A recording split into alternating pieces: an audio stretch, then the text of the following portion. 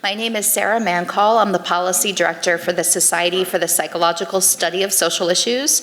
We are a member organization of the AAAS Science and Human Rights Coalition, and we've been involved in the coalition for many years. And it's really my pleasure to be here today because, by way of background, SPICY is fundamentally about translating knowledge for the betterment of human society. Our founders really believed that knowledge should not be kept in books, that it needs to be out there in the world, helping to improve people's lives. And we try to do this through all the different areas of our programming. We have local and state level policy work awards, which encourage researchers to partner with state and local policymakers to answer questions using research that policymakers, whether it's local school boards or the state legislature, questions that they have that researchers can really help them tease apart.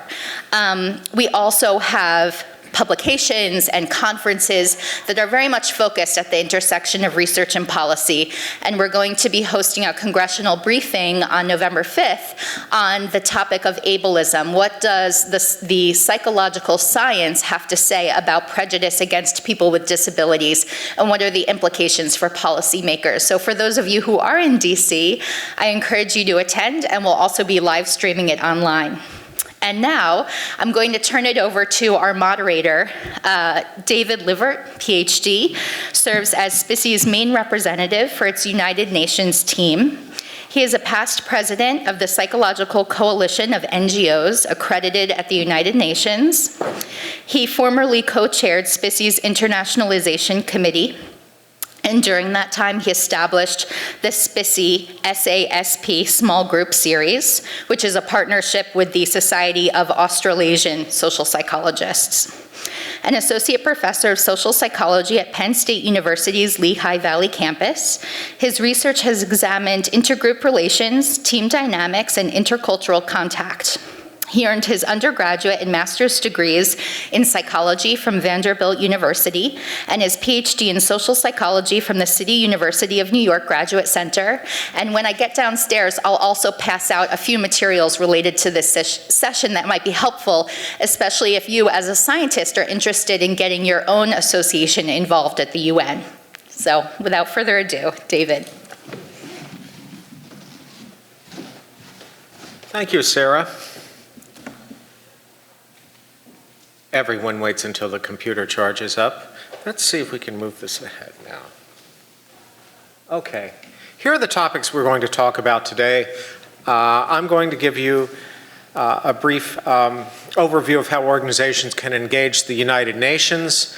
We'll talk about advocacy at the UN at different levels, at the individual level, at the organizational, national level.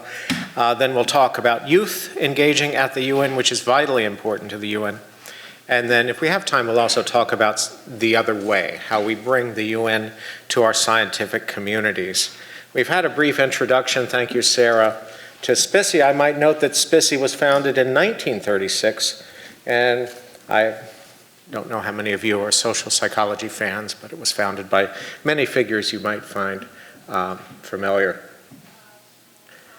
So first of all, I have a question. Let's get a sense of what we know so far. How many of you have been to the United Nations? Oh, fantastic. How many of you, if I said the word Ecosoc, know what I'm talking about? And how many of you, if I said the word SDG, would know what I'm talking about? Well, okay, well, I guess you can go get some more cookies, because you already know everything I'm going to be talking about, and come back when Pete comes on. I'd like you to, one more quick poll. Can you shout out what scientific communities, what areas you hail from? What disciplines? Sociology. Sociology? Chemistry? Applied math and? There you go. Okay. Sociology. Political psychology. Good for you. All right.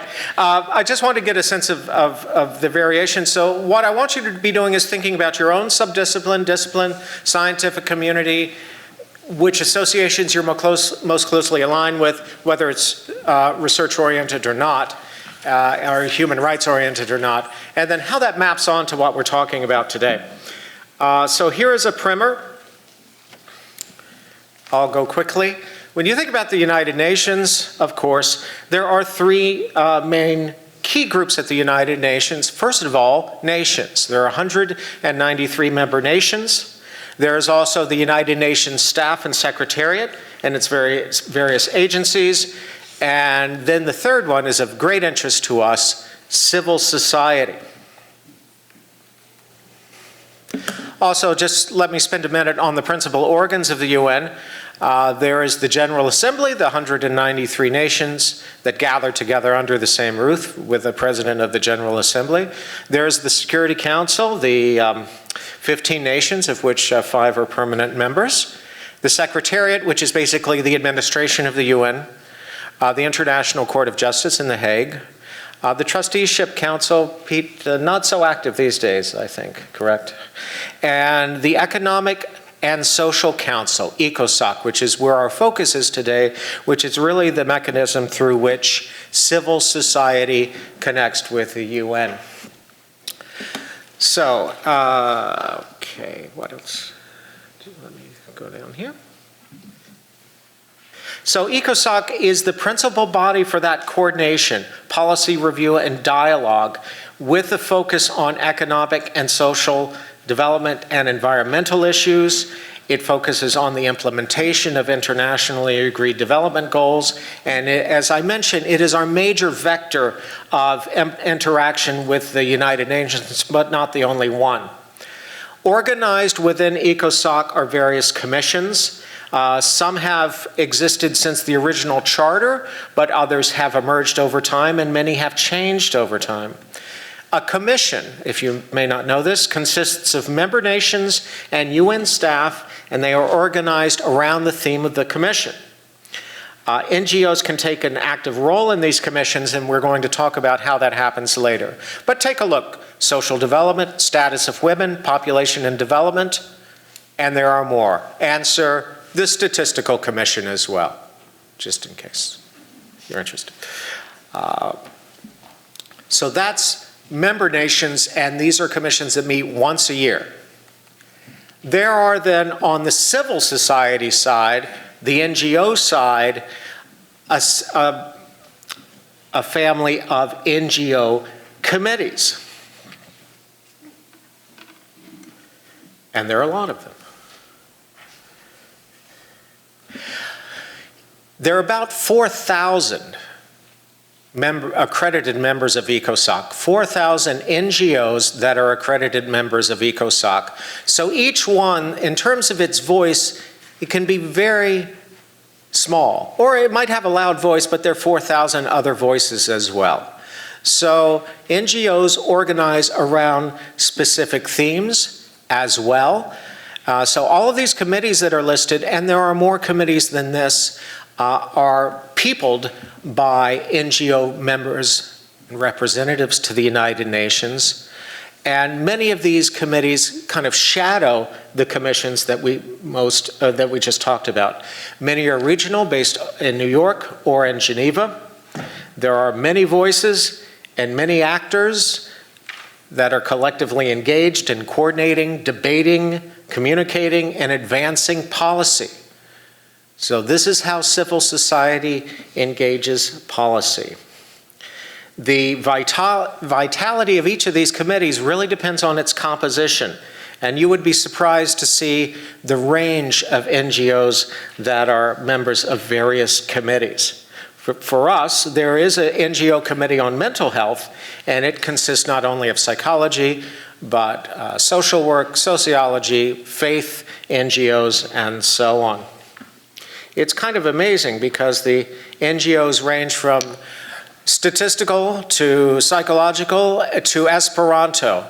Is anyone fluent in Esperanto? Okay, there is an NGO concerned with Esperanto. So there you go.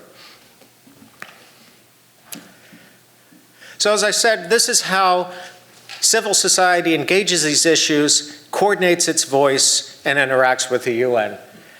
For psychology, there's mental health, but the psychological organizations, the NGOs, the 15 or so NGOs that are Ecosoc accredited, formed about 8 years ago, the psychological, or the coalition, Psychology Coalition of NGOs accredited at the UN. This is doing essentially the same thing as these committees in some sense. It's coordinating, it's developing policy, it's developing a single voice with which to talk about psychological issues.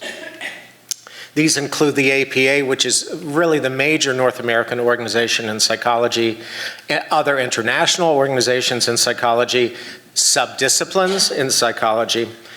Some focus on the delivery of services, some focus on trauma, and the coalition, since it has formed, has coordinated the co-sponsorship of what are known as written statements to the United Nations and what are known as side events, and also had some direct interactions with with member nations of the UN. This core of individuals who started PCUN also have an early or a noteworthy accomplishment in 2014. I just have the cover of this here, and I'll explain exactly what we're talking about. This is a petition to the General Assembly. Now we have to diverge for a second. All of you said you knew what most of you said you knew what an SDG was. The SDGs are Sustainable Development Goals. We'll talk about in a moment, a little more about that. There are 17 of them. I'll talk about them now. There's 17 of them. They have replaced the Millennial Development Goals in 2015. There are goals that are set for 2030 that have been agreed upon by all 193 nations of the UN. So how many of you have heard of SDGs now? Okay, fantastic. The reason we focus on this is now the currency of the UN. And the exercise you should develop and the skill you should develop is being able to map your scientific community and what you're doing and what you're passionate about onto these SDGs, which also tend to be rather overlapping as you get down into it. We have also distributed a handout which shows how the SDGs map onto human rights issues and vice versa. So I'm not going to go through all of these others today. We'll talk about it. But if you notice the green one on top, number 3 is good health. I think we're in favor of that. There's good health. And what we are very proud about, those involved in the Psychological Coalition, are 5 words under target 3.4 in good health. I'll read this to you if you can't. See it, by 2030, reduce by 1/3 premature mortality from non-communicable diseases through prevention and treatment. Here it comes. And promote mental health and well-being. This is a monumental achievement. I'm not kidding, for those involved in NGOs and psychology at the United Nations, to be able to add wording to a goal that 193 nations agree upon. All of the goals and sub-targets that in the 17 SDGs have very specific indicators associated with them, and right now the mortality rate from suicide is the leading indicator for that mental health component. And in fact, if you look at the reports from 2019, there has been a slight drop globally in the suicide rate. Every year, every July, the 193 nations meet in the high-level political forum to review progress towards these 17 SDGs. There is a focus on 1/3 of them each year, but some nations report out on 17 of them. So this is another place that's essential where civil society participates. NGOs that are accredited at the UN may also have side events that they program for HLPF, and they also may submit written statements. So let's take a minute, check our time. How's our time? Good. Here's a question for you. How does your work and your interests overlap with these United Nations entities? Here's something I'd like you to think about. And in what ways do they specifically map onto the SDGs? Well, for human rights, we sent you around a cheat sheet, basically to see how human rights maps onto the SDGs.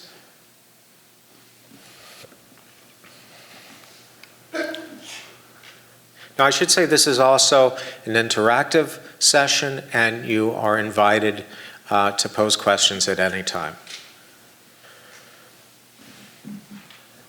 We're going to turn specifically to advocacy now. One last thing I want to talk about is how current NGOs may seek accreditation with Ecosoc. Actually, there are two ways to seek accreditation at the United Nations for an NGO. One is through the Department of Global Communications, and the other is through Ecosoc. We strongly urge you to focus on Ecosoc. That's the one that gives you more flexibility and access and so on. So what are some strengths of doing this? You can participate in any of the commissions that we talked about and special events that we talked about, submit statements, organize events. You have access to the United Nations campus. Did anyone on the team bring their bling? No? Do you have your pass? Well, anyway, you get a UN pass for your NGO. You have access to other subsidiary bodies. So there are tremendous advantages. This is the way to go in terms of getting your scientific community engaged in the UN. How to apply? There's one deadline, June 1st, and the United Nations might review your application in January, and if they don't get around to it, you're waiting till May. Things move somewhat more slowly at the United Nations than in other situations. You have to have an already established NGO. It doesn't have to have tax status, but you have to have some government recognition of your entity. You have to provide all kinds of details like this. You must demonstrate that your NGO has a democratic type of process in terms of its governing. And you must be involved in things that are relevant to Ecosoc. What 17 things? So you can already think about the 17 ways in which you can be relevant to Ecosoc in terms of the SDGs. So another thing to think about when considering engaging in Ecosoc as an NGO is the landscape in your scientific community. So in our scientific community, I noted that there are 12 psychology NGOs that are in coalition. There are probably about 10 more that we would like to bring into coalition. Some of them may be dormant, but they also would qualify in our discipline of psychology. And knowing the landscape in your scientific community is very important. And also knowing which of these are already involved in policy and already involved in international issues is very important. And that's also one of the things that Ecosoc likes to see. It likes to see an NGO that has as wide a representation as possible, preferably in more than one country. Are there any questions so far? If I gave you a quiz, could you answer it? No. Okay, good. All right, so what my colleague Pete Walker is going to do is now talk about advocacy and some other forms. Dr. Peter Walker is an environmental psychologist, a fellow of the American Psychological Association, and several times has been the main representative for SPICY at the United Nations. He's a former urban planner, and at the United Nations, he's passionately followed issues affecting older people, sustainable development, and particularly climate change. He is instrumental in the training of new United Nations representative and interns, a process that takes much patience, and he is so wise in the way of the UN, he might share one of his Buddhist koans, if I'm pronouncing it correctly, with you. So, Peter Walker, take it away.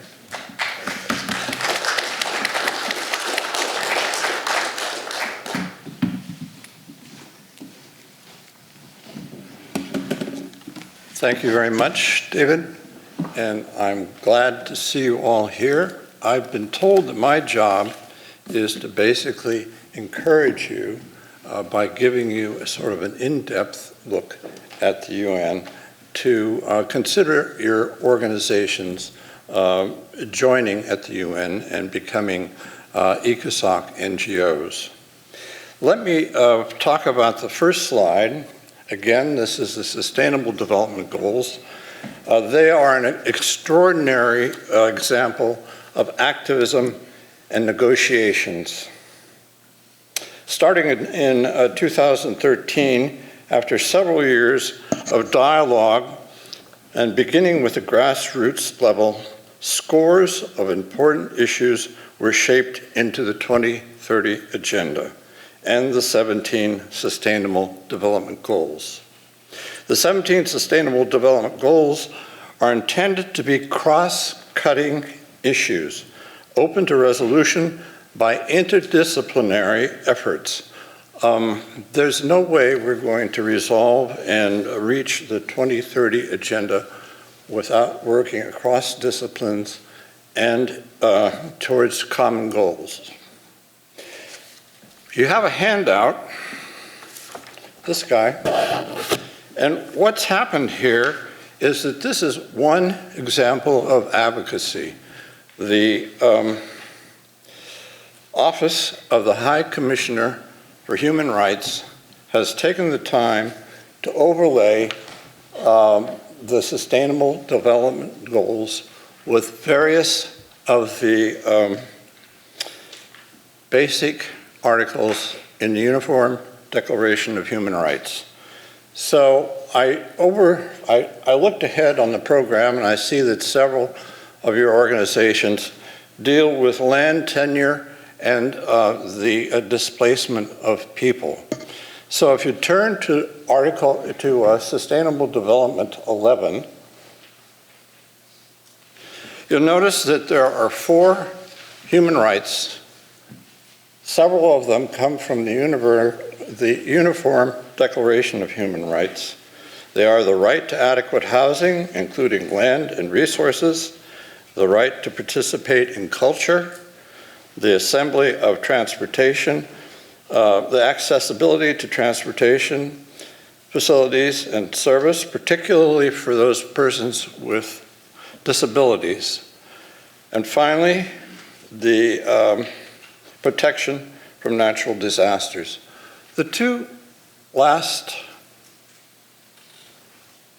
human rights listed here come from recent declarations of human rights. The most recent one had to do with persons with disabilities. In a minute, I'll tell you a story of what happens next. The UN started to look at older people, but I'll come to that story in just a moment. If you turn to the very back of the handout, you should find a directory of the various human rights documents.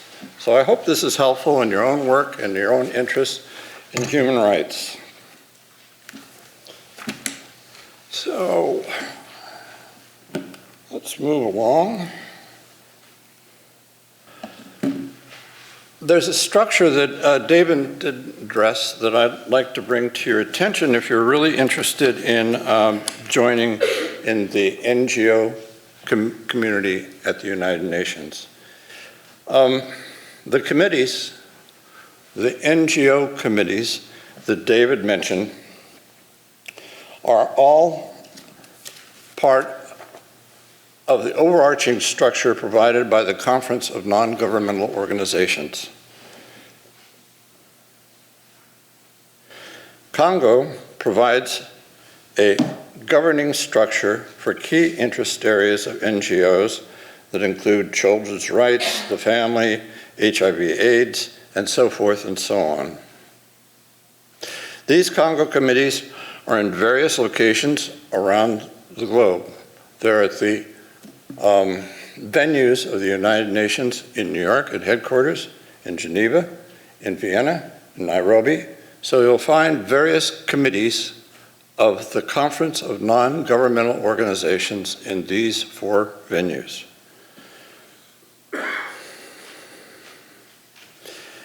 Once an NGO has attained consultative status with the UN,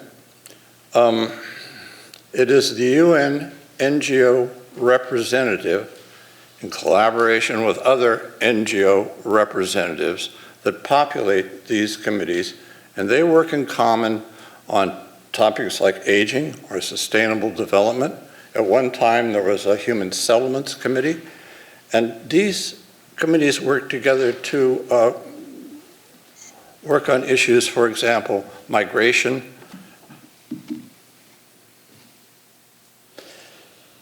Within the Congo committees are coalitions. Within these committees, like aging, there are coalitions of NGOs, representatives, and they work on key themes or projects. One of them might be the International Day of Older Persons. Another might be on the current positions with respect to achieving a document for the human rights of older persons. So basically, this organization, Congo, provides the structure that it provides how your member representatives can participate within the structure of the NGO community. It's an important structural issue.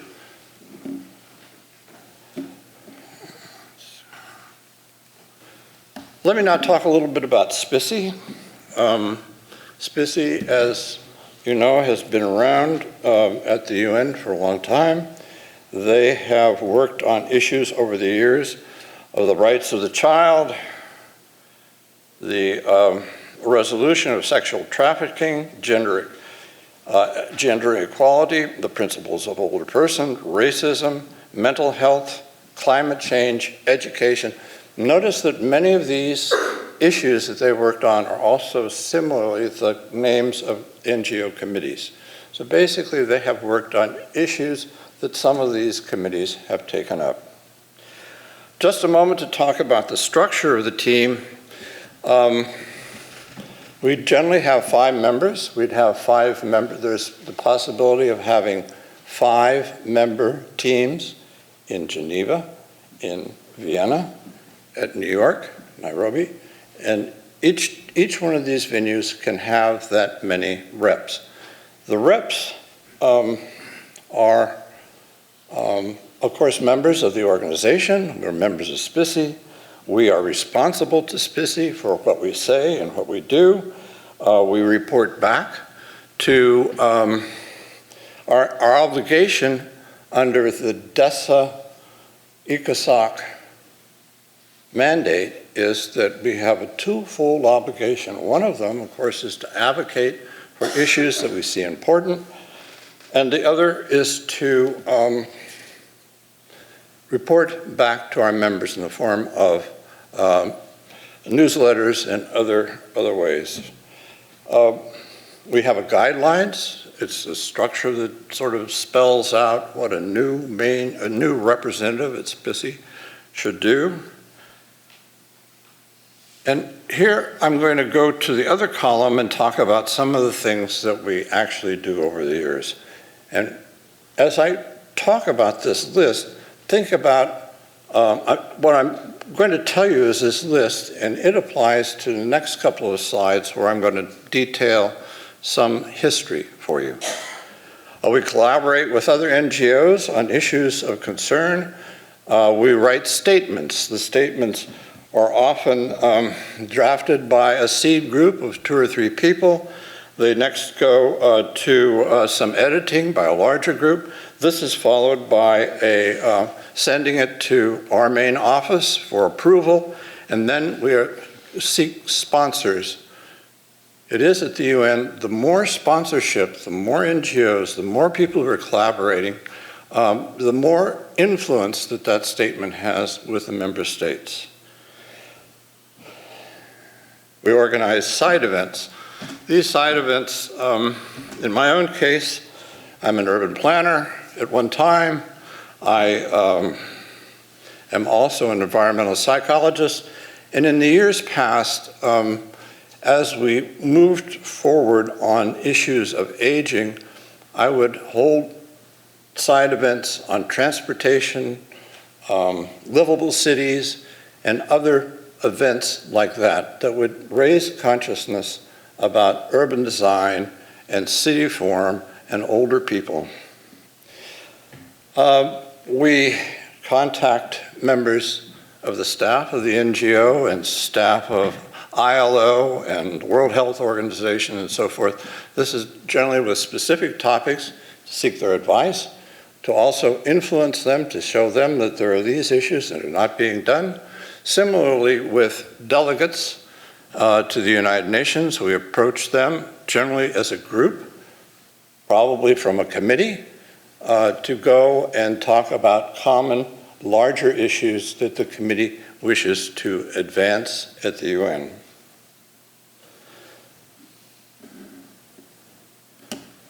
So, the takeaway from this slide is that the work at the UN on issues is probably a marathon. It's not a sprint.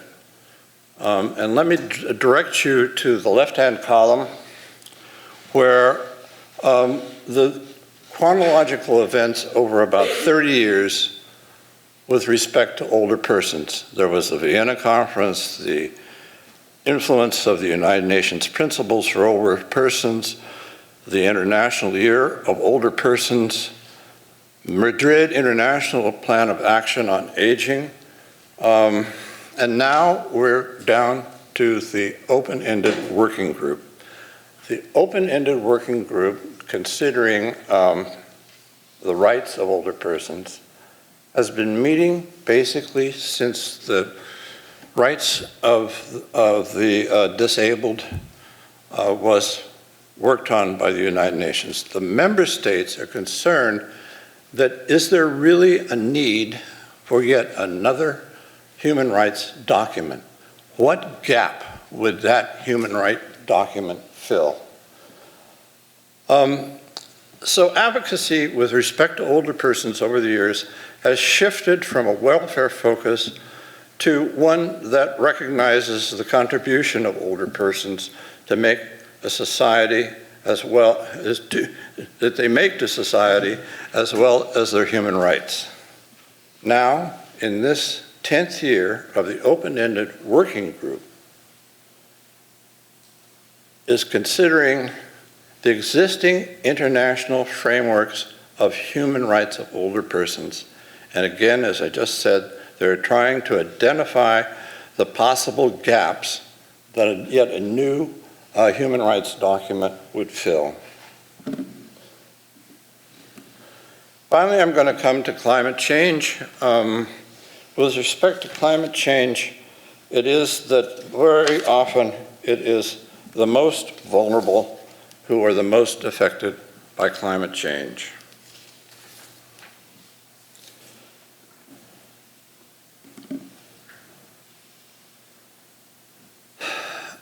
The United Nations has been considering sustainable development and climate change for a long time. And what I'd like to do is sort of go through the chronology of this. There was the Brundtland Report, Our Common Future, which introduced the notion of sustainable development. This was introduced in 1988, I believe. At that same time, this is before the United Nations Conference on Environment Development in 1992. How am I doing on time? Okay. So in these early years, they formed the International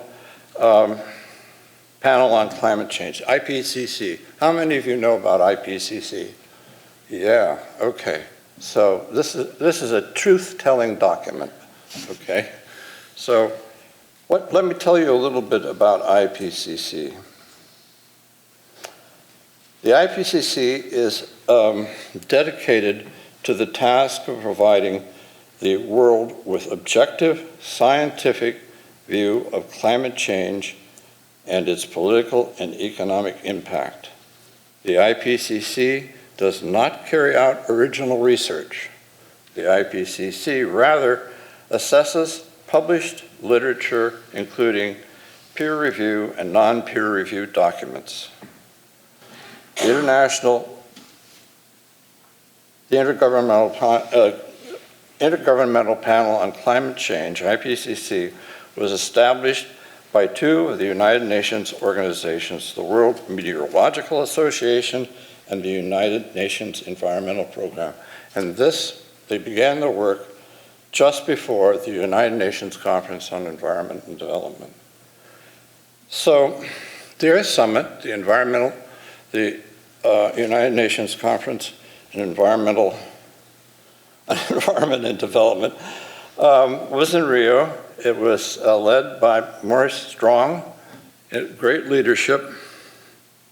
178 member states negotiated and adopted Agenda 21 in its non-binding action plan for sustainable development.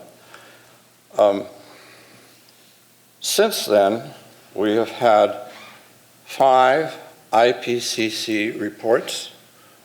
The most recent of them was in 2014, and in the 5th assessment report, the Intergovernmental Panel on Climate Change, IPCC, unequivocally confirmed that climate change is real and that human-made greenhouse gas emissions are its primary cause. So what I'm trying to tell you is that although we are particularly aware of climate change now because it's real, the media has picked it up, the media calls weather issues climate change very often. The awareness level has risen greatly in the last 9 months, but basically the UN, so far as I'm concerned, has always been a leading edge with respect to climate change. They got started and started talking about it a very long time ago. These days, many are advocating a rights-based approach to climate change. Recently, John Knox, the UN Special Rapporteur for Human Rights and the Environment, says, "The question is no longer whether human rights law has anything to say about climate change, but rather what human rights law says and how it can be brought to bear." So thank you very much. And I will open it up to questions. David has offered me a great one here. What are your thoughts? Would Ecosoc accreditation appeal to your organization? Oh, come on. Come on. Just show. All right. Well, we're working at it, and I'm glad to see one hand. Could that hand say a few words about what you think might happen if your organization? What's your organization? My name is Margaret Petullo. I work for the American Sociological Association. We are actively engaged in the process of developing our application. I'm really interested to know if you all have a set of guidelines for members of SPICI to be able to use these credentials, or how, when you said something about that when you go as a representative of SPICI, you are responsible to SPICI, but what is the actual process that is used if someone that's part of your membership or a group or a committee says, we want to go, we have this workshop we want to run, and we want to use the SPICI credentials. How does that work? Well, let me tell you that the 3 things I've observed about a good NGO representative for SPICI. Basically, they come with a doctorate. They have broad international interests. They're good listeners, and they generally don't have an agenda. They know what the mission is of their organization, and what they do is they go to see where it might be applied. I mean, I'm an urban planner by background and an environmental psychologist, yet I volunteered with the NGO Committee on Aging for years. I can make a contribution to human well-being in that committee because I had the kind of training that a doctorate offers you. I mean, I was a fairly good writer, I could speak, I'd been doing some, these things. I have found that people with a strong advocacy, that they think that their particular bent is going to change the nature of the huge ship that is the United Nations, they're going to burn out, among other things. So they need to have some patience, they need to be good listeners, they need to see where they can address human well-being. The guidelines go into much more detail. They talk about how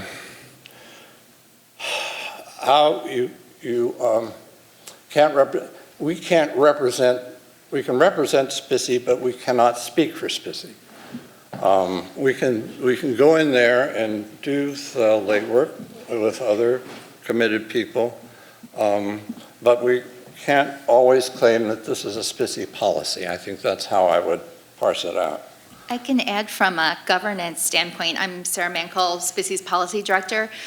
Typically when the UN team wants to do something like put SPCC's logo on something, put out a public statement or sponsor a side event, they'll bring it to me, and if our executive director and I see that it looks like a good fit for our organization, we will bring it to our executive committee, which is our current president, our immediate past president, our immediate future president, our secretary, treasurer, and an elected member of our fuller council. And that 5-person body will vote, and so long as we have 4 or more votes, it goes through. So we do have a process through. Do you have that codified anywhere? Is that a document I could get, or any of these other guidelines that you have for people? I don't know that it's, I might be able to help you with, we have some loose guidelines that have kind of become institutional knowledge at this point. Just talking to Sarah, the guidelines are actually up on the SPCC website, so they can be accessed. Okay, yes, sir. Okay, I've got a question about the track of the IPCC reports. Prior to the 4th report of the IPCC, there were several projections, a business as usual, an expected approach, and a worst case approach. When the 4th panel report came out, the actual data exceeded the worst case projection from the term prior to that. We now have the 5th IPCC report, but I have not heard whether that process has repeated itself. Has the actual data exceeded the worst case projection from the 4th IPCC report? And can we expect that the next one will exceed the worst case projection from the current report? In other words, are we beginning to get any serious handle on climate change projections? I don't know. I don't know the answer to your question. I do know that the IPCC reports have been controversial, that a lot of current records show that we are, for example, melting much faster in the Arctic than we had previously projected. I know in my own neighborhood, I watch, because I've been interested in this topic, I've watched sea level rise along the shore of Long Island Sound, and now it's overwashing some of the roads that I used to walk 30 years ago that were clearly above high tide. But as to the specific scientific answer that I think you'd like to have, I don't have it. And I'm sorry, but I don't have it. Someone else. Thank you very much.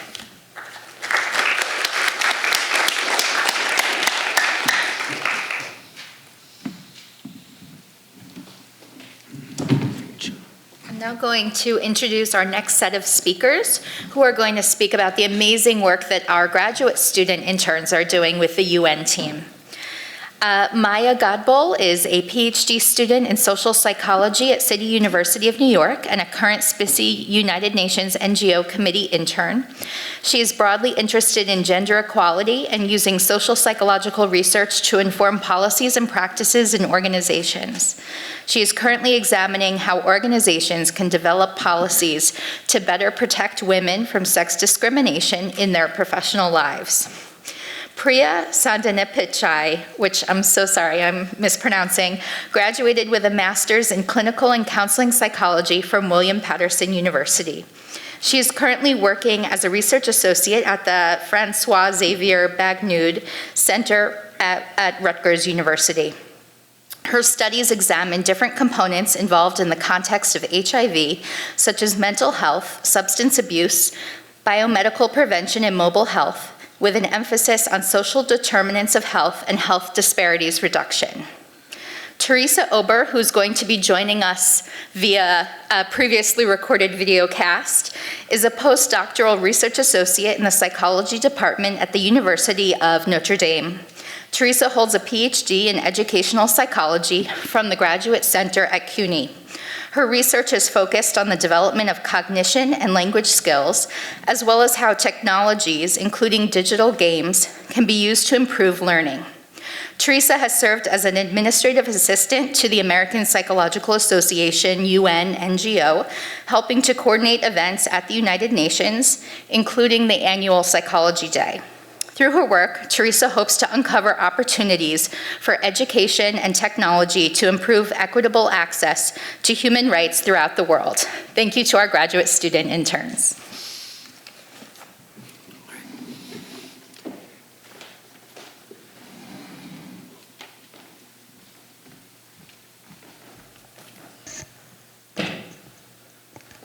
Thank you, Sarah, for that. Good afternoon, everybody. I'm excited to see so many of you guys here today. So David did some polling, but just by a show of hands, do we have any graduate students in here? Okay, so we have a couple up front. What about postdocs? Early career scholars?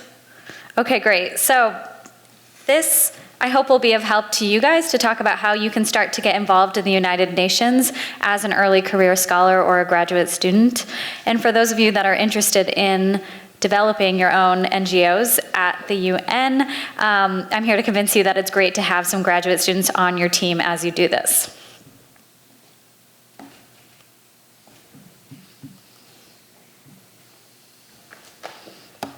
Here's our title page.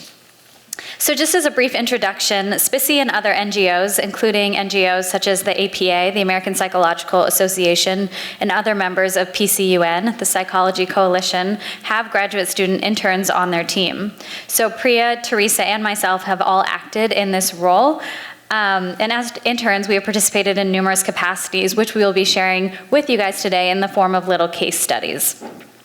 In our discussion, we first want to emphasize the following points.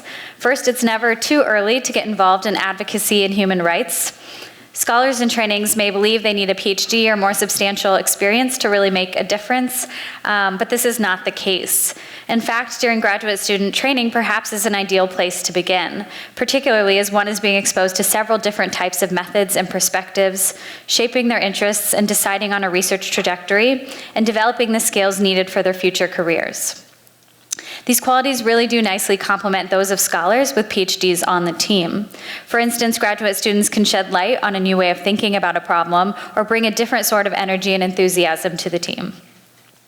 On the flip side, the internship can also help graduate students attain their actual goals in school. So influencing their research paths or outlooks, but also providing opportunities to participate in conferences or workshops such as this, networking, and a variety of exposure and experiences within the human rights and global context. Second, we'd also like to emphasize that if you are interested in being involved now, you do not need to be part of an NGO to start. or to strive to meet the SDG goals. So the UN has several youth initiatives that aim to engage individuals that are classified as youths, which we sort of had a debate about this, but I think we came on 32 years and under is the UN sort of classification for youths. Priya is going to be talking a little bit more, too, about her involvement with the UN outside of the SPCC NGO. Lastly, you do not need to be in New York City to be involved with the United Nations. This might be a concern that comes up with people. I've sort of put together a list of ways you can be involved if you are not directly in the city or at a different UN location. So first, you can explore your research interests within the SDG framework. And added on to that, you can start education around your own campuses about the SDGs and encourage others to do the same. You can get involved with advocacy by urging local, state, and federal officials to develop and support policies related to sustainability. You can share your research or any information relevant to the SDGs with a UN NGO, and you can share it with us. You can explore UN resources online through the library. They have a really incredible online library with most stuff available there now. And you can also tune into live recordings of events at the UN. So most of this stuff now is all webcast on their UN TV. So we currently actually do have a member who is participating from afar. So she comes in when she can, but she also is able to be an active member from a distance. So as I mentioned, we're all going to share sort of a case study of ourselves in this internship. We kind of jokingly refer to our internship as a build your own internship. So it really is what you want it to be. So first up, I'm going to pass it over to Priya, and she's going to talk about her experience.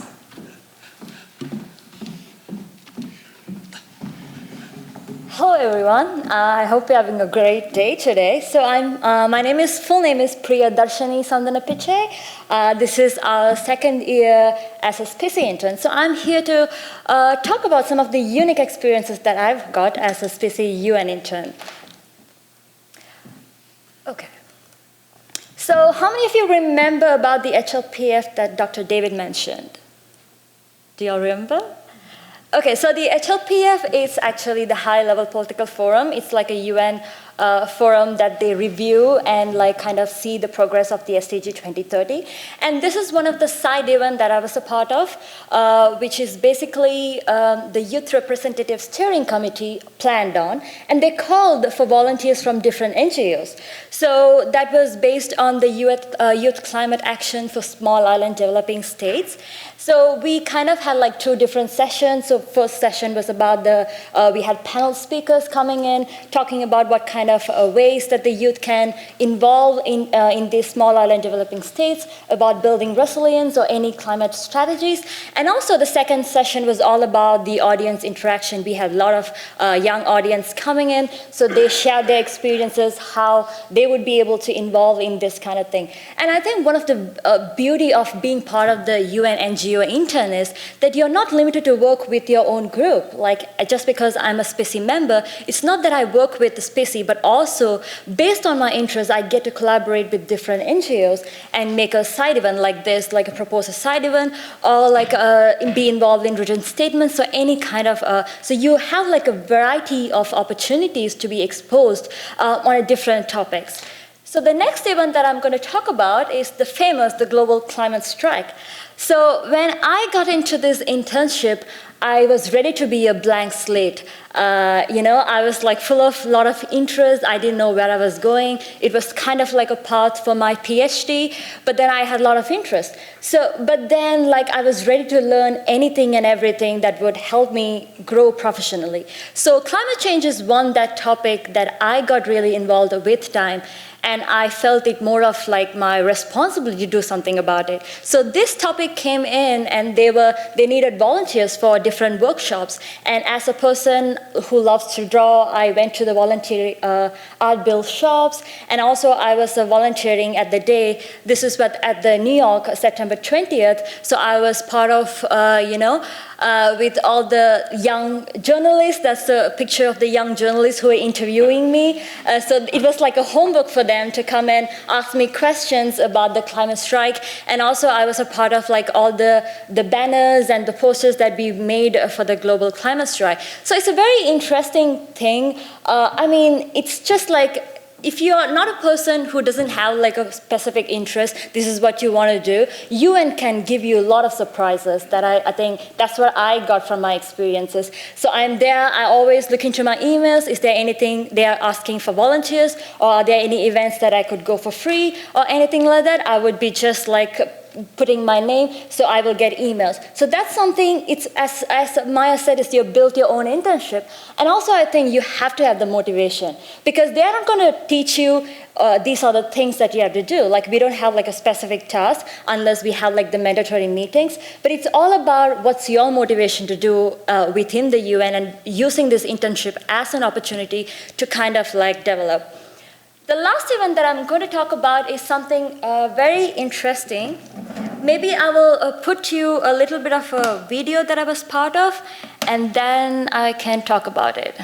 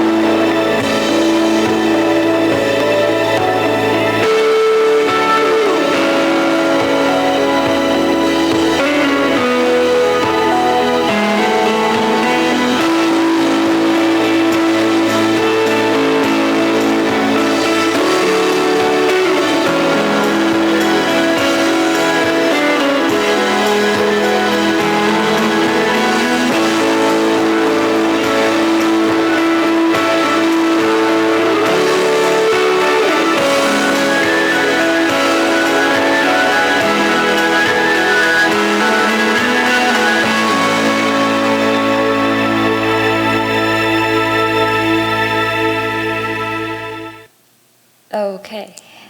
So that was quite an interesting event that I was part of. Like it was also, they were calling for volunteers to do the backpack activation. As you see, like I look exhausted because I was staying there. It happened just in front of the UN headquarters in the Rose Garden. So I was there from morning 7 o'clock and I came back home around 10 o'clock. Like it was full of physical labors that we had to unpack the boxes, assemble the bags, and keeping them in straight line. That took us like 5 hours. And I was so exhausted. I was like, I didn't really realize what I was doing. And then this camera person told me, okay, just go with your bag and just put it, and then have a moment, and then look around you. I think that time it struck me. I was like, okay, oh my God, these bags represent the children who died in a war conflict zones. And each of those bags represent a violation of a basics, a child's right to live, a child's right to survive, a child's right to have a safe environment. And all of those are just the bags right now and no more children. And then it was very emotional for me. And I was like, oh my God, I was doing this the whole day without realizing it. And ironically, this happened just 2 weeks before they were celebrating the 30th anniversary of the Convention on the Rights of the Child. So it just to kind of showcase all the world leaders, like what you're doing, like what you're trying to do with these children's rights. So one of the whole thing that I got it as an intern at SPICY is like, I was that person, I was interested in a lot of things, as you can see, from climate change, from UNICEF, from different things that I would like to expose myself. I think this is a very good place if you want to kind of have that exposure. Like I, as a psychologist, maybe I came in as a person, I want to do something about mental health, like well-being. I never thought I would do something about climate change. I never thought like I would be there for children. Like, I'm that person originally didn't want to work with children. So it's kind of like that surprising element that you'll be able to get. It's not just busy. I think if you're part of the UN as an intern, you'll be able to get all of those surprising elements. And with that note, I'm going to hand it over to Maya to share her experience.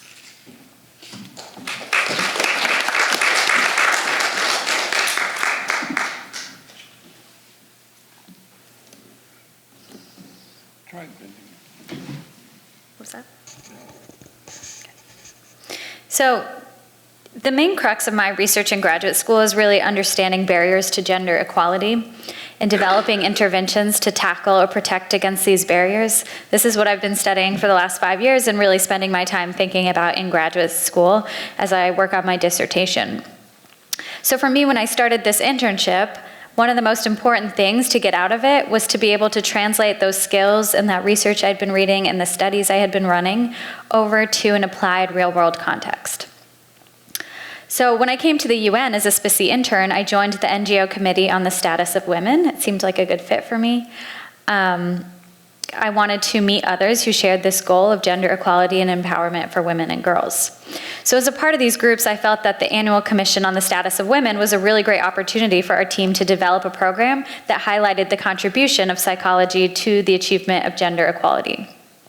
So what I have up here right now is the 2019 program for the Commission on the Status of Women. This highlights the 2 themes that were part of the 2019 program.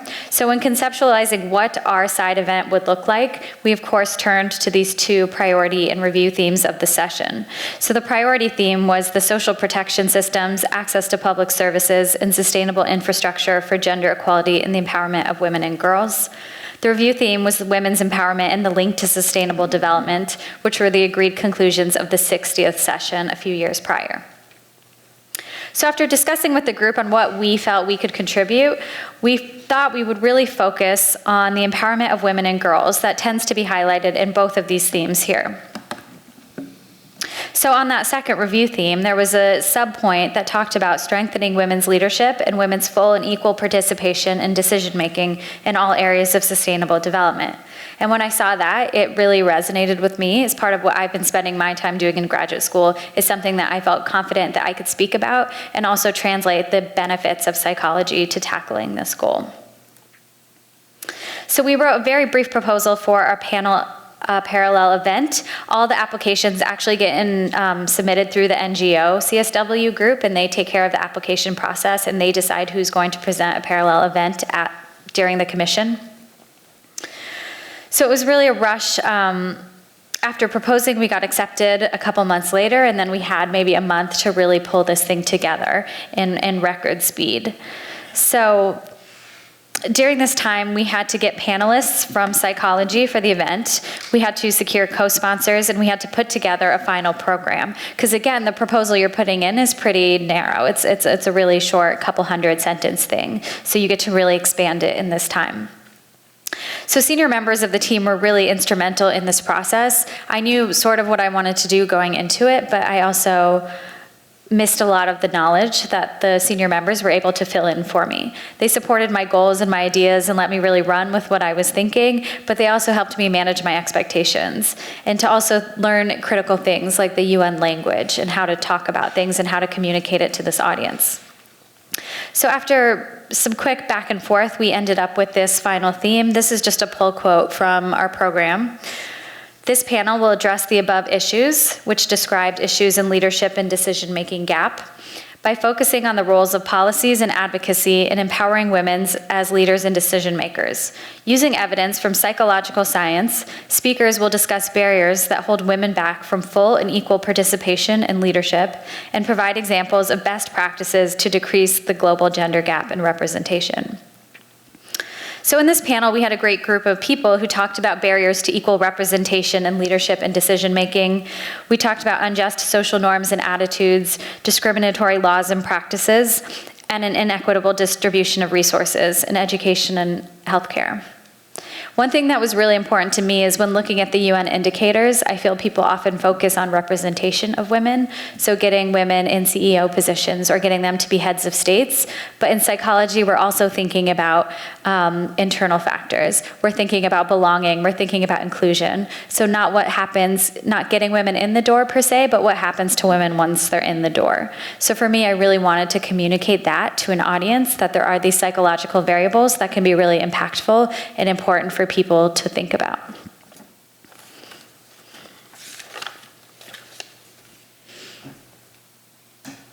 One consideration that was continually on our minds, and a challenge for me as someone who's new to this, was understanding that we needed to build a bridge between science and advocacy.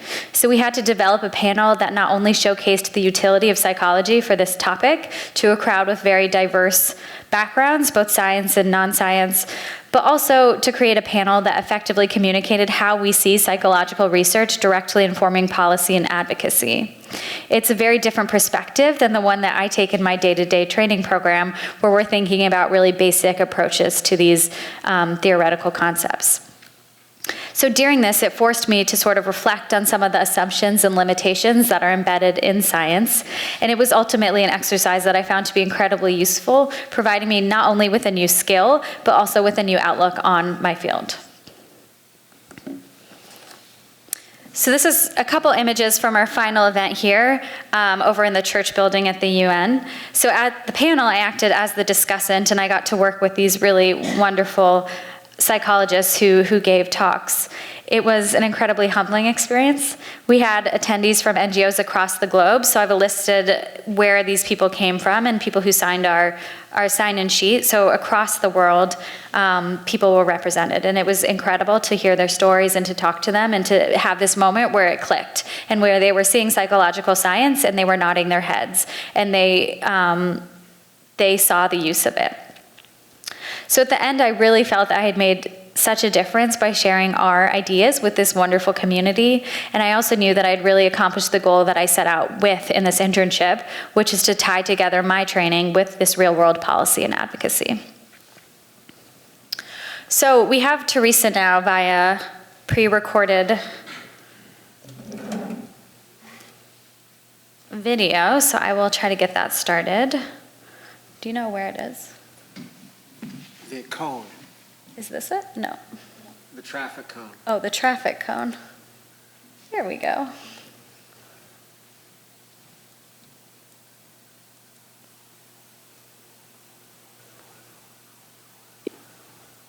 Hello, my name is Teresa Ober, and I'm a postdoctoral researcher at the University of Notre Dame. While completing my doctoral degree, I served as the administrative assistant to the main representative of the American Psychological Association, or APA for short, at the United Nations. While serving in the role, I had multiple responsibilities, and aside from the day-to-day operations of scheduling meetings and preparing meeting materials, was also actively involved in organizing several advocacy events. In the fall of 2015, my first major responsibility involved coordination of the logistics for the International Day of Older Persons event at the UN. The event is organized by members of the NGO Committee on Aging and has in the past received co-sponsorship from missions of member states to the UN. For the 2 years that followed, I helped in overseeing the registration and day of logistics with a team of graduate student interns from various psychology-related NGOs. And through this work, I think we all got an inside perspective on how advocacy by UN NGO members, and through it the engagement of civil society, could bring to the attention of UN staff, diplomacy, and policymakers the issues older persons, in this case, face throughout the world. I remember being especially drawn to the intensity and urgency of the message of several speakers that day, and feeling a deeper sense of appreciation for the UN. Not as an institution of global power, but rather one that is supposed to share a message of equity and human rights. The opportunities and challenge that arise when a population ages over time is not a situation unique to any one country or region, after all, but is a human and global problem. In the spring of 2016, I was also involved in the logistics of the annual Psychology Day at the UN, a duty which I continued for the following 2 years in 2017 and 2018. The event has in the past been co-sponsored by several missions of UN member states, including the mission of Palau, El Salvador, and most recently Canada. The event was largely organized through the collaboration among representatives from a network of psychology UN NGOs, including the APA, as well as the Society for the Psychological Study of Social Issues, or SPICY for short, among many, many others. Graduate interns were also critical and contributed to nearly all aspects of planning, including the selection of a theme for the event, the nomination and identification of speakers, communication outreach, as well as the day of logistics. Here are a few pictures that were taken during a recent Psychology Day event.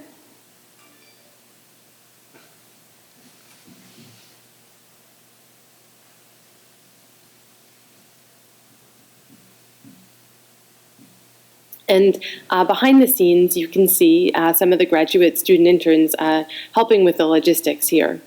I don't think that it would have run nearly as smoothly without their help and cooperation. In addition to these two annual events, I also annually organize a symposia at the Regional Psychological Conference, in this case the Eastern Psychological Association annual meeting, to disseminate the work of the APA graduate student interns. Here is a picture of the graduate student interns in the spring of 2016 on the left and spring of 2018 on the right after our EPA presentation. The work was rewarding and yet was also met with many challenges, as you can imagine. I think perhaps most of all, space and outreach are those which come to mind and which I particularly was responsible for trying to tackle. In the area of New York City, and perhaps in any metropolitan region, you can imagine that the availability of space is an issue, as is who has access to space is yet another issue. And finding a convenient place and time for nearly 30 individuals to meet regularly to plan out an event was often challenging, but through it we became creative in finding places to meet or drew on resources that we already had access to. I think this, and most importantly combined with the commitment and flexibility of the representatives and interns, made all of our work possible. Outreach was also another challenge and was really dependent on some of the hard work of disseminating information in person, which many of the graduate student interns took on. I believe that they were particularly responsible and thus earn credit for this work for being so self-initiated in sharing information about the event and the importance of the issue that the event was aimed to tackle. The day-to-day challenges notwithstanding, each of the events we put on had brought with it a certain set of accomplishments.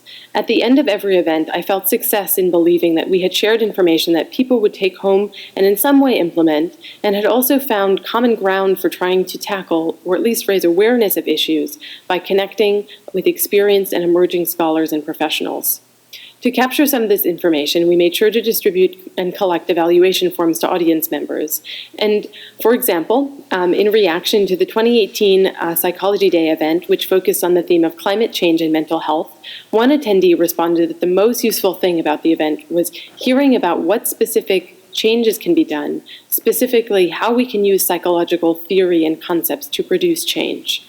Another responded that the most useful thing was the recognition of the importance of interdisciplinary collaboration to improve an understanding of climate change, while also creating a deeper appreciation for how human adaptation and mitigation might be used as a common way to tackle this issue.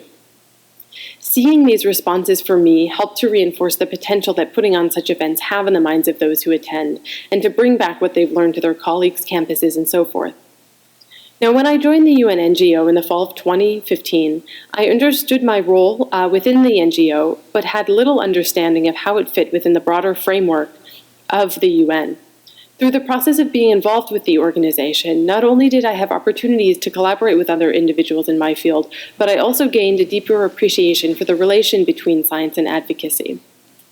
And I learned this especially at a briefing that I attended that was co-sponsored by the mission of Italy to the UN, held in the fall of 2017, during which time an AAS representative spoke about the role and purpose of science as a benefit to society.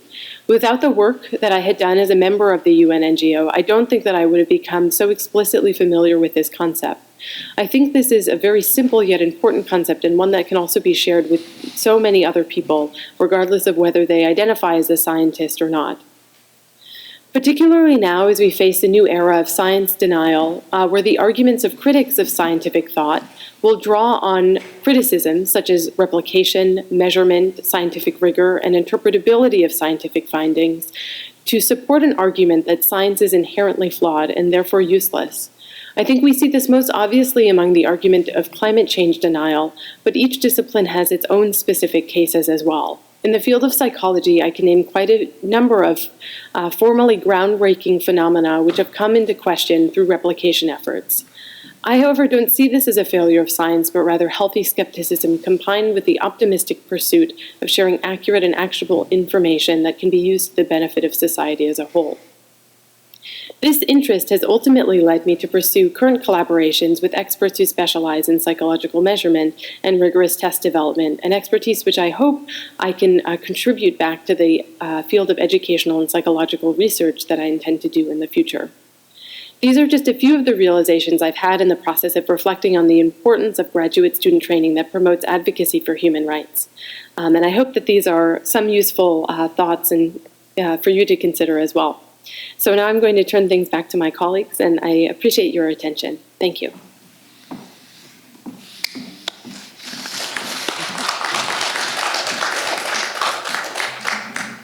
So I'm just here to just wrap up our session. So now that I think about it, like all three of us had like very unique experiences in terms of how we made use of this opportunity to kind of like help us, whether you're a grad student, whether you're an early scholar or professional, like you're all welcome to the UN, I would say. So if you're someone who has a very specific research interest and you want to do this for your entire lifetime, definitely welcome to the UN. Or else, if you're someone trying to figure out what you want to do and you have a lot of interest, you want to expose yourself, you're also welcome to the UN, I would say. So as a grad student or an early scholar, it's all about how you make use of this opportunity to kind of grow yourself. And specifically for me, as a person who saw this as just an academic and a professional pathway to my career, but also I think definitely would say this internship has become more meaningful and added values to my life. And that's our part. Thank you. If you have any question, and also we would like to maybe think about this thing as part of our slides. In what ways do you see opportunities for graduate students to become more involved in advocacy? I saw like 4 people who said like early scholars and grad students. If you have any questions, please, you can ask us. We would be loving to answer them.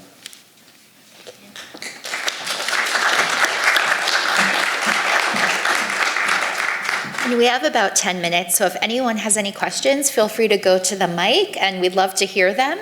And Teresa's also joining us. She's live streaming, so I believe she's watching us, so not that she could answer right now, but if you have a question for her, we can get it to her.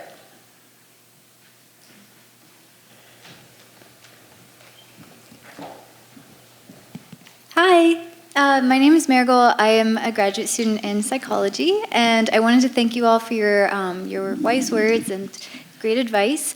My question is related to people, I'm sure much like yourselves, who are interested in an academic research career as well as activism, advocacy, and helping with human rights.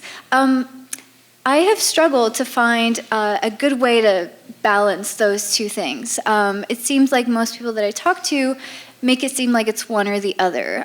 Either you go down a road of policy and you forget about an academic research career, or you go down the other. And I was wondering if any of you, whether you're grad students and early in your careers, or if you're more established in your careers, could speak to how you make that balance work, if you have had certain experiences that have been formative in getting to that place. Thanks.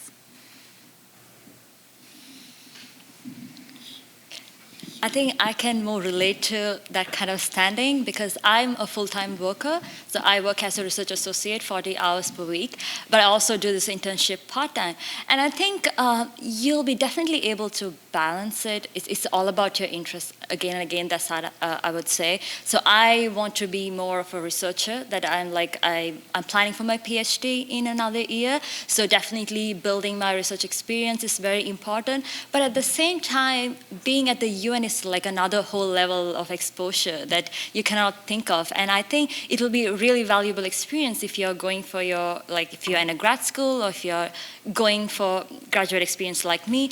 And I feel like I should be balancing both of that for me to kind of because when you think about academic research and stuff, there's always, we think about the gaps, we studied all this theory, but then we come into the reality and we are like, this doesn't work like that way. But I think the UN is like the perfect place that you kind of implement all those theories to see, oh, this is the reality and this is what we have to adjust. And our language, especially as a psychologist or all these professionals, when you get into the UN, UN, it's very hard to kind of like speak from your terms. So you have to make yourself like in a simple language so that everybody can understand. So these are the things that you can get practice like in internship like this. So I think it's very important, like if you're really looking into that kind of perspective, to kind of balance both of those things. Speaking as a more established scholar, I'm an associate professor, so I'm in the academy. I didn't set foot in the United Nations or do anything until I was after tenure. So I was fairly matured, even though I went to graduate school in New York. So it's a high irony in that sense. And initially, there was the overlap between my areas of academic interest and research and things and particular areas of engagement at the United Nations. But really, the advocacy work serves both to expand my understanding of my area of interest, but more importantly, bringing in other areas that I have never conducted research in and would never do so, particularly climate change that I'm very interested in, migration. I never would have touched it in terms of my research work, but now I can. And now I have to draw upon skills I very much enjoy drawing upon in terms of being able to speak, not just as a social psychologist, not just as a psychologist, but as a generic social scientist to United Nations audiences and other NGOs. And I find that fun. So I think underlying all of this is a lot of fun in terms of communicating with general audiences, advocacy, and just the thrill of engaging where we are engaging. So these are two different activities for those in the academy.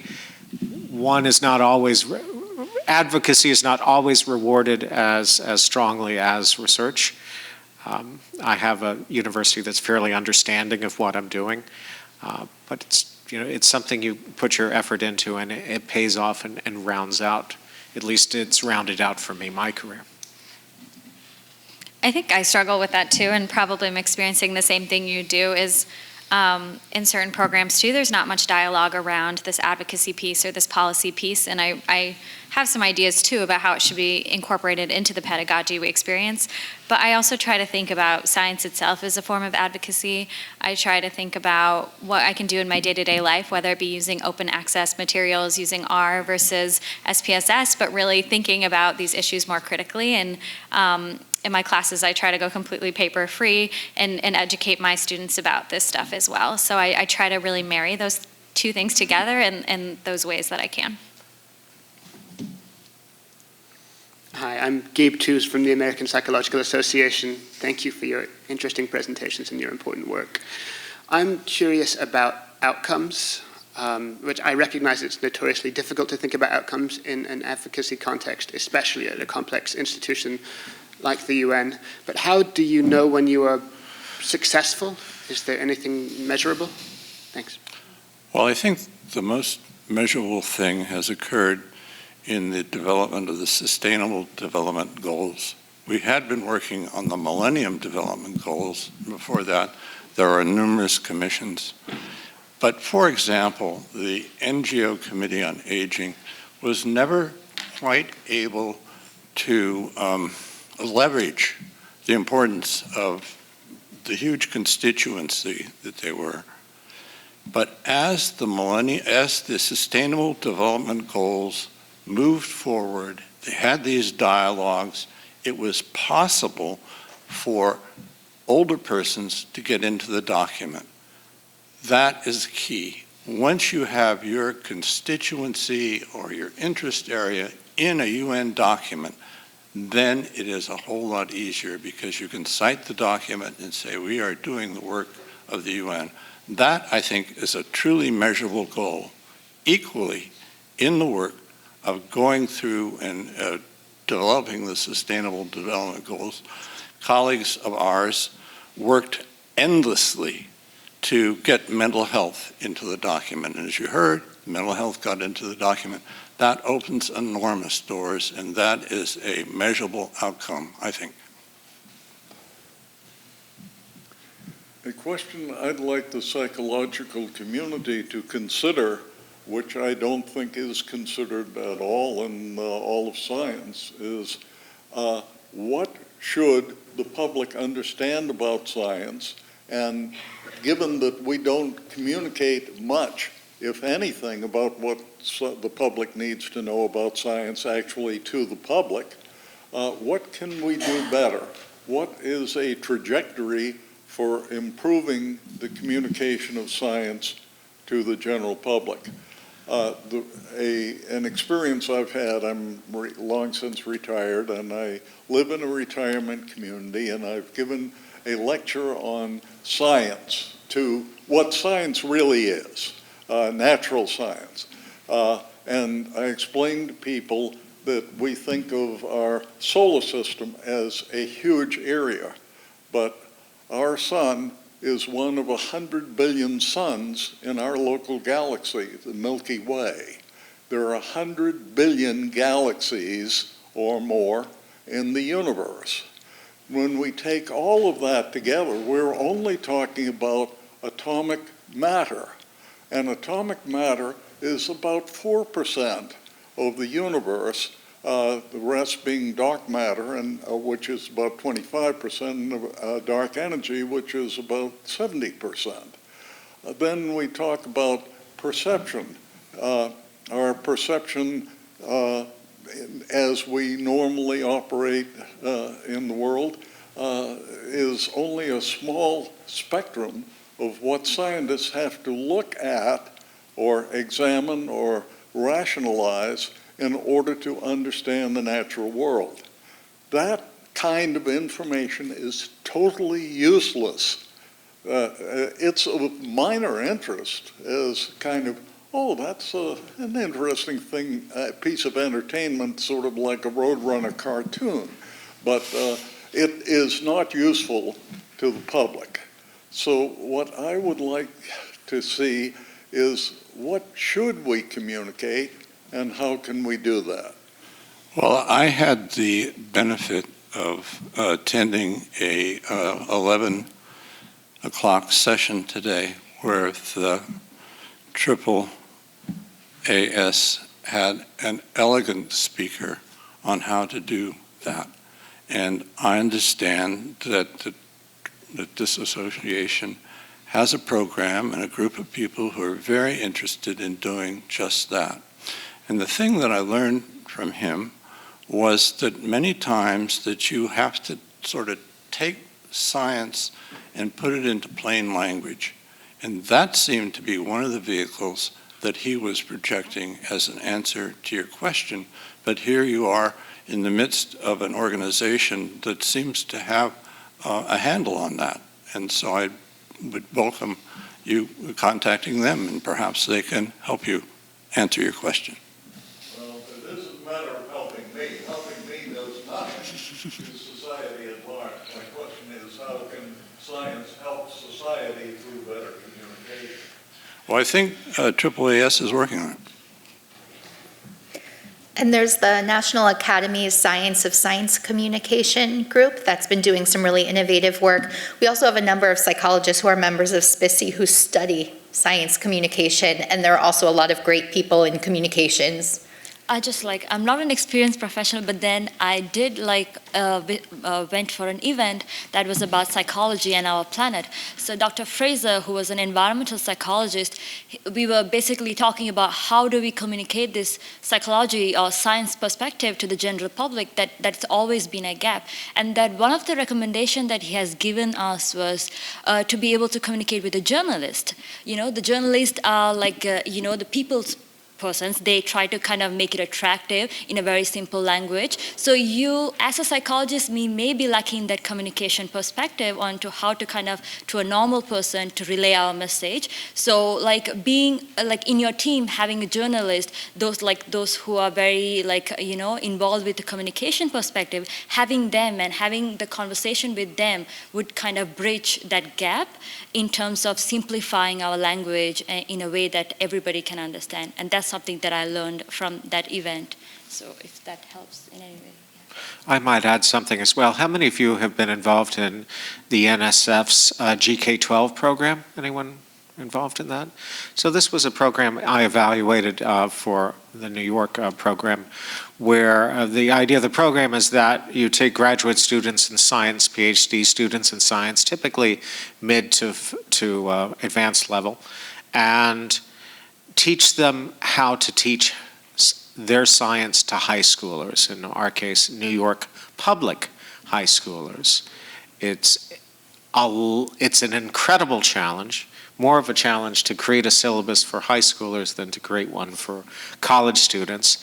And they were thrilled. Every student we talked to were just thrilled by the process. In fact, one of them I just saw profiled for her work on spiders. So I think we have to keep in mind training. Likewise, on our UN team, I think all of the interns learned the importance of being able to shift modality quickly from social psychology or other psychology, as I said, back to a basic social science dialogue. And our UN member nations and staff are very, very sharp, well-educated people, but they don't know our subdisciplines, and we have to be able to meet them where they are. And for psychologists to provide an understanding that psychology is more than just Dr. Phil and treating your problems, that in fact we're involved in these broad ways. But it's also a fun thing to do. But I think it's an essential training for any graduate students in science.